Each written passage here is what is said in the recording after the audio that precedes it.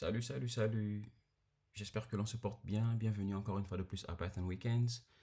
Aujourd'hui, nous allons parler de Password Generator ou générateur de mots de passe. Maintenant, nous nous rendons compte qu'il faut vraiment sécuriser son mot de passe afin d'éviter le piratage. Et parfois, ce que nous écrivons par nous-mêmes est très vulnérable contre les attaques des pirates.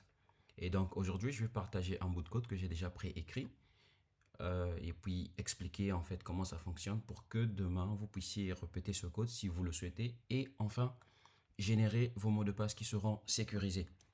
Nous nous baserons sur certains principes comme est-ce qu'il faut y avoir des lettres majuscules dans notre code? Est-ce qu'il faut y avoir des chiffres à l'intérieur ou des symboles? Donc c'est ce qui nous aidera à générer nos mots de passe qui seront un peu plus complexes à briser contre les attaques des pirates. Alors, sans plus tarder, ce que nous ferons aussi par la suite, si je dois l'ajouter, nous allons sauvegarder ce mot de passe en tant qu'un fichier CSV pour nous permettre après, si nous souhaitons le récupérer, nous pourrons simplement vérifier dans ce fichier. Et donc, sans plus tarder, je reviens dans la partie du code afin d'expliquer ce que j'ai écrit dans ce code ici. Comme d'habitude, nous parlons de nos imports, donc ce que nous devons importer comme librairie qui nous seront utiles en fait pour la réalisation de ce petit projet de génération ou de générateur de mots de passe. Donc, les packages ou les librairies que nous allons importer ici, nous avons random pour la génération aléatoire des textes ou des nombres ou quoi que ce soit que ça pourrait être. Nous avons string pour avoir des caractères ou même des SCII, vous voyez, cette norme américaine et tout. Et nous allons utiliser pandas, ce qui nous permettra par la suite la gestion de données ou sauvegarde de données. Okay. Dans notre cas ici, nous allons sauvegarder nos données dans un fichier CSV. Et nous avons des times qui nous permettra de récupérer le temps de ce jour. Et puis voilà. Et OS ici, Operating System, ça va nous permettre de faire l'interaction avec notre système d'exploitation.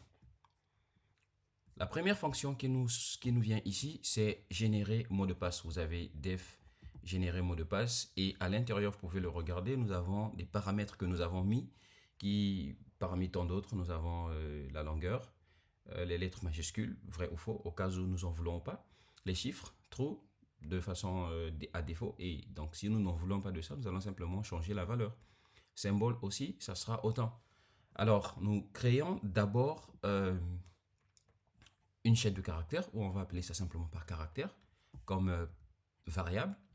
Et au cas où nous voulons avoir des lettres majuscules dans notre caractère, ok, nous faisons simplement string.ascii uppercase pour ajouter des lettres qui seront majuscules.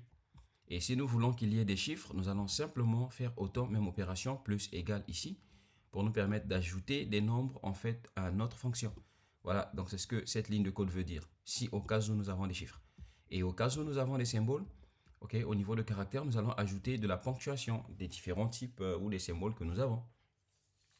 Au cas où il n'y a rien à ajouter, nous allons renvoyer le none. Et à la fin de cette fonction, nous renvoyons le mot de passe selon la longueur que nous avons choisi ou définie. C'est ce que cette ligne de code nous dit.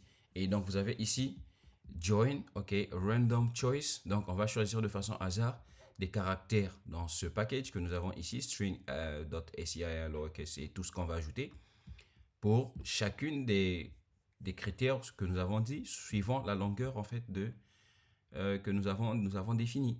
Donc, c'est ce que fera cette fonction, nous générer le mot de passe suivant les critères ou les paramètres que nous allons donner.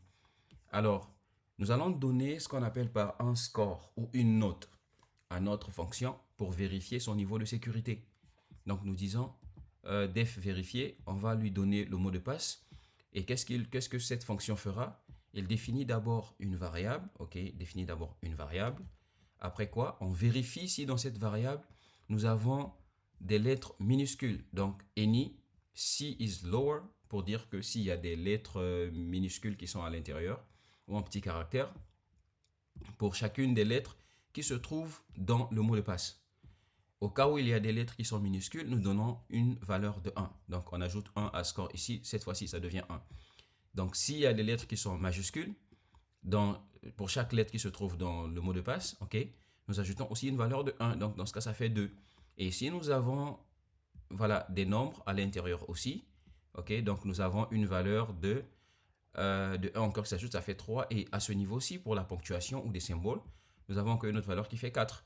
Et pour la longueur, en fait, de notre mot de passe aussi, si ça dépasse 12, voilà, donc ça fait, nous avons au total un score de 5.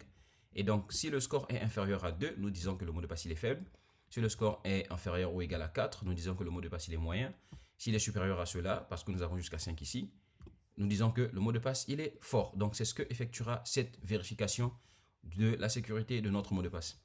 Et la fonction qui suit juste après cela sera sauvegarder mot de passe. Comme nous l'avions dit, peut-être on pourra facilement oublier le mot de passe que nous avons généré. Donc l'idéal serait de sauvegarder cela en tant qu'un fichier CSV. Donc nous avons créé cette fonction sauvegarder mot de passe. Ok, nous avons donc le mot de passe au niveau de sécurité et puis le nom du fichier dans lequel nous allons le sauvegarder. Si vous regardez à ma droite, à ma gauche ici, ok, dans session 8, nous n'avons que le fichier password generator.ipynb. Mais on n'a pas en fait un autre fichier CSV ou quoi que ce soit pour dire que c'est là que nous allons sauvegarder ça. Donc, ce que nous faisons, nous créons un dictionnaire de données, ok. Donc, nous avons la date de ce jour où nous allons générer notre mot de passe. Nous avons le mot de passe qui fut généré et nous avons le niveau de sécurité. Donc, nous allons à partir de Panda créer ce qu'on appelle par une data frame et utiliser cette data frame pour créer notre fichier CSV. Donc, au cas où le fichier CSV existe, if os.path.exist, ce que nous faisons, nous allons simplement réécrire sur ce fichier-là le contenu que nous souhaitons. Et au cas où cela n'existe pas, nous allons simplement le créer. Ok. En réalité, ces deux fonctions font pratiquement la même chose. Donc, nous essayons simplement de nous confirmer qu'il n'y a pas ce fichier qui existe déjà. Au cas où il y en a, voilà, nous allons simplement voilà, le réécrire dessus, quoi. Donc, dans la partie du code principal ici, ce que nous faisons, ok, ça c'est juste des prints pour mettre un peu de beauté dans ce que nous allons écrire et tout. Générateur de mots de passe. Alors, on récupère la valeur de la longueur, int input, longueur du mot de passe. Donc, on récupère la valeur de notre mot de passe, la longueur plutôt, j'allais dire. Nous récupérons si aussi c'est, voilà, il faut avoir des lettres majuscules, s'il faut avoir des lettres des chiffres, s'il faut avoir des symboles. Ok. Et puis, voilà, nous générons notre mot de passe suivant ces paramètres que nous avons récupérés à travers l'invite de commande, si je dois dire ainsi. Ok. Donc, si le mot de passe, il n'y a pas de paramètre qui fut donné, nous allons simplement dire erreur, aucun type de caractère sélectionné. Et au cas où le mot de passe n'est pas none ici, nous allons vérifier son niveau de sécurité comme nous l'avons défini plus tôt. Et nous allons montrer le mot de passe et son niveau de sécurité. Et enfin, nous allons sauvegarder suivant la demande de l'utilisateur. Ok, donc si c'est oui ici, nous allons le sauvegarder. Au cas contraire, nous n'allons pas le sauvegarder. Donc c'était un peu ce petit code que j'ai écrit pour faire la génération de mots de passe sécurisés. Ok, vous pouvez encore l'améliorer si vous le souhaitez, mais pour mon cas, en tout cas, c'est ce que j'ai fait. Donc sans plus tarder, je vais simplement cliquer sur Run All ici pour exécuter tout. Et vous allez regarder plus haut, ok, on me demande longueur du mot de passe. Donc moi, je vais dire par exemple 15. Ok, on me demande s'il doit avoir des lettres majuscules. Je dis oui. Est-ce qu'il faut avoir des chiffres à l'intérieur? Je dis non.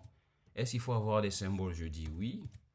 Est-ce qu'il faut sauvegarder le mot de passe? Je dis oui. Alors, je clique sur Execute et vous regardez à ma gauche, il y a un fichier qui vient de s'ajouter, password.csv. Et si j'allais plus bas, vous allez constater que voilà, le mot de passe fut généré successfully.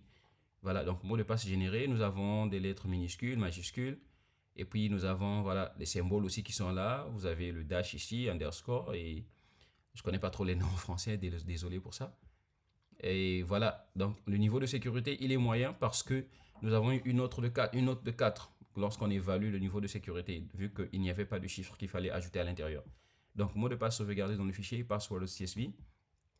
Si vous cliquez dessus, vous trouverez aussi ces informations, la date, le mot de passe. Comme nous l'avions défini plus tôt, on attend simplement que cela puisse charger, parce que je vois que ça prend un peu de temps là. Un instant.